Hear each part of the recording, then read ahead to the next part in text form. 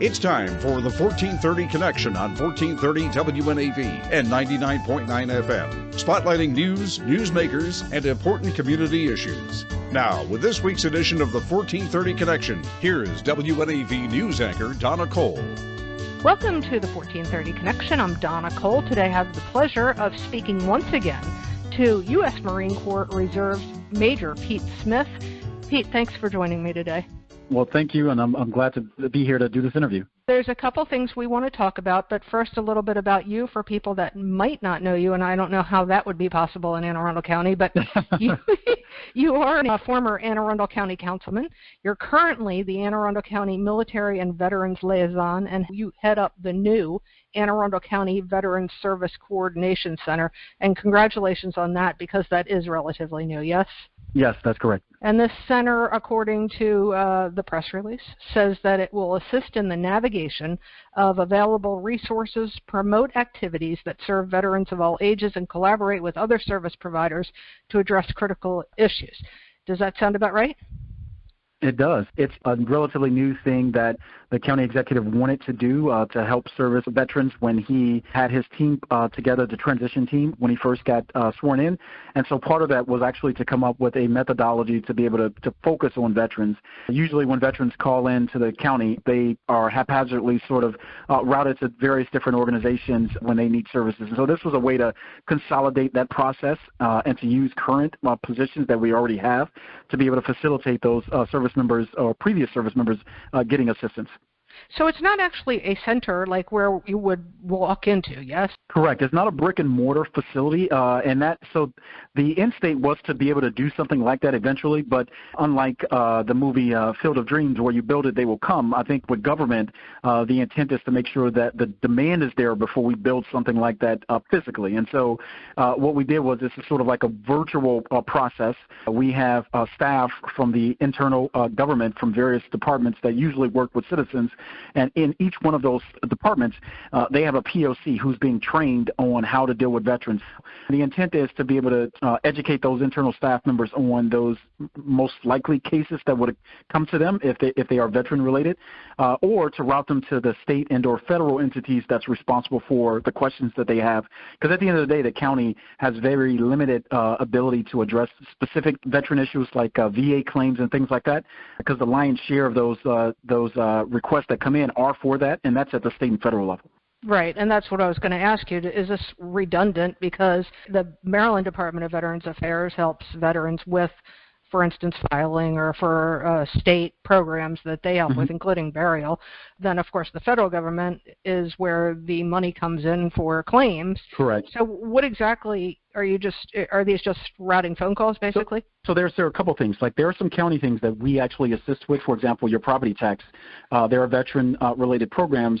So when veterans call in and they want to know and understand what is the tax credit that's available to them, we can get them to the person that's in housing that can assist with that, or housing vouchers for homeless veterans that's managed at the county level.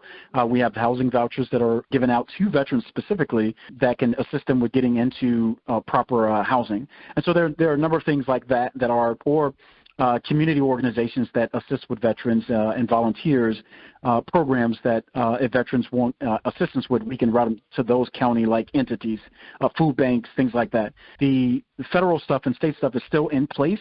We're just here if they don't know to call the state or if they don't know to call the federal level. We're here to give them and route them to those individuals that can actually work on those specific issues. Very good. I know we have we, as in veterans, have a friend in Secretary Owings.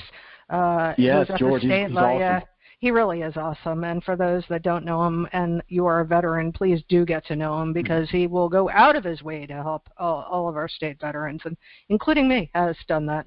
I meet with him on a regular basis, so he's a pretty awesome dude. Even though you are Marines and I am a Navy, and he is Army, there you have it. We can all get along, right? No, actually, no. Secretary Owens, he was actually he's a Marine. Yeah, that's right. He is Marine. Yeah, he was a Marine. Yeah. Okay, so nonetheless, we do all get along, and you have noticed that I have been very kind to you, the Marine Corps officer at that. I have not judged you. I wasn't listed.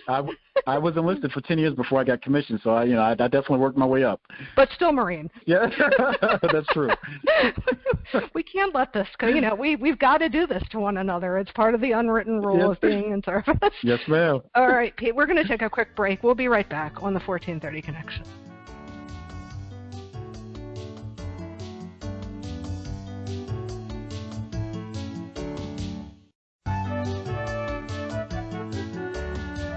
Welcome back to the 1430 Connection. I'm Donna Cole, talking today to Major Pete Smith of the U.S. Marine Corps Reserve. He is very busy this time of year. You could kind of call him a Santa Claus. And the reason for that is... I feel that way. Yeah, for the past 10 years, you have led the efforts for the United States Marine Corps Toys for Tots program here locally, sorting more than 40,000 toys and preparing those toys for distribution to 13,000 children in Anne Arundel County. That's a lot of Santa Claus-related duties. Yeah. Pete, tell me, you seem to be a serial volunteer. Public service in the military and Toys for Tots and, the military and veterans liaison and the former Anne Arundel County councilman. You can't stop raising your hand, can you? I know. Linda Harris, who was my legislative aide at one point, she said I should go and buy one of those no buttons, like the easy buttons, but put no. Unfortunately, they didn't have one. Well, we're all thankful for you because you do a heck of a job of serving this community and our nation. So how did this come to be, the Toys for Tots program, and your involvement in it? It's obviously every Marine that's, I've been in 22 years, coming up on 23, and I think even when I was a junior Marine, it's one of those programs that Marines were sort of voluntold to assist with every now and then. And so that's when I first got a little taste of it when I was like a PFC Lance Corporal back in 99. And, got involved with it then, but it was just, doing an event here, and that was about it. But in 2010, I had planned on switching from active duty to the reserves, mainly because, I wanted to not move, and my kids were comfortable here and just wanted to keep the stability in the family. And they had asked me if I could just do it for 1 year while they tried to identify someone else to take it because they wanted a reservist to do it. Prior to my involvement, it was mainly the active duty personnel that were managing the program here at Fort Meade. And so that changed about 2007, 2008 time frame. And so they wanted to find another reservist, and they knew that I was going to come off active duty and say, hey, just 1 year. And somehow I've been the guy that's still here doing it. Yep, we know how that goes. And so tell me about this year, because this is a year unlike any other in our history. It is. You also got some trees donated, too. I know. We were very fortunate to have Lowe's in Glen Burnie assist us, and they called out, reached out to us and said, hey, we got some Christmas trees we want to give out to some of the folks in the community. Can you guys assist us with helping pushing this out? And I was like, you know what? We got about 30,000 people in the universe that I'm so I actually assist with Baltimore City, Baltimore County, Anne Arundel, Howard, and Prince George's County as well. And so it's about 30,000 families in that universe that I try to make sure each year that their Christmas is joyful. And so when he said he had Christmas trees, I was like, you know what, we can get that out in like an hour. And literally, we just put out a word, and they were gone within like an hour and a half. And I'm just grateful for that partnership. And folks in the business community who still, even though they've been struggling, still want to help out with families this year. That's amazing. Are you still collecting toys? We're going to actually pick up our boxes on Thursday of this week. So we actually have folks going out right now getting boxes from the various businesses that had them over the last couple of weeks. And so we're getting those donations in now. We'll still take donations even up till Monday and Tuesday of next week because there are organizations that we work with, and we wind up helping them as well. And it seems like every year, I mean, even on Christmas Day, every year probably for the last 10 years, I've actually been giving out toys even on Christmas Day, just because I feel guilty when we have, I know if we have some leftovers in the warehouse and we get all these families that call us at the last minute, and we still try to, even on Christmas Day, get them taken care of. That's great. All right, so let's take another quick break. Let's come back and find out how donations have gone this season when people are really having trouble making ends meet because of unemployment or underemployment due to the pandemic. We'll be right back on the 1430 Connection.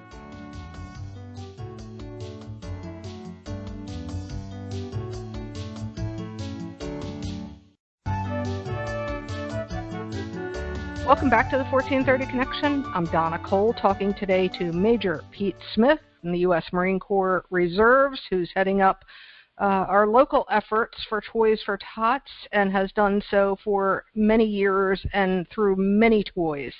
Pete, have donations been off this season? Yes. On an average year in Anne Arundel County, there are about 250 businesses that assist us with toy drop locations. We usually have about 400 to 500 of those white Toys for Tots boxes at various businesses on the street out of those 250 organizations or 250 businesses. This year we had about 128 businesses that had our boxes. So when you have less businesses, you have less boxes out there, which means you have less toys that you're collecting. Fortunately, the foundation, the Marine Corps, was prepared for this.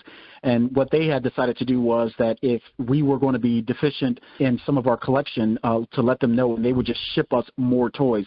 So I've actually got a lot more donations from the foundation, the Marine Corps Toys for Tots Foundation, out of Quantico this year, unlike any other year, because we knew that we were going to be low on toys being collected from businesses. So that has helped keep us afloat, and they've given us additional funds as well to be able to go shopping locally to meet our needs, and so that has helped us this year. That's amazing, but that shouldn't stop people that have toys or that want to go out and get some toys and donate them to you, even up until Christmas Day, although you'd prefer to have them a little early. Where can people bring them to drop them off last minute? Yeah, if they go to our website, we actually have a drop list website of those 128 businesses, and they're spread out throughout the county.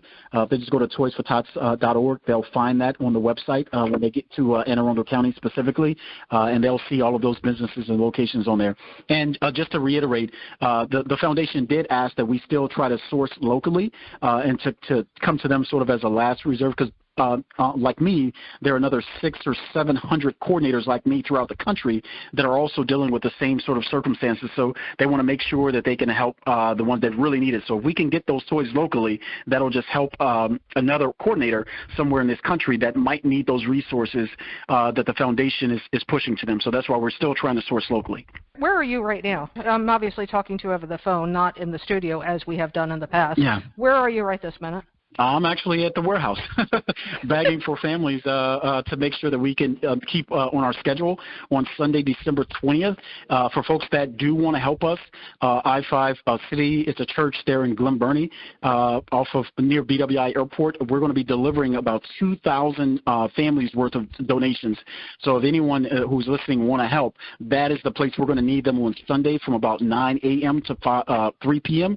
And so we've done all our effort is now making sure that event is successful on Sunday, December 20th.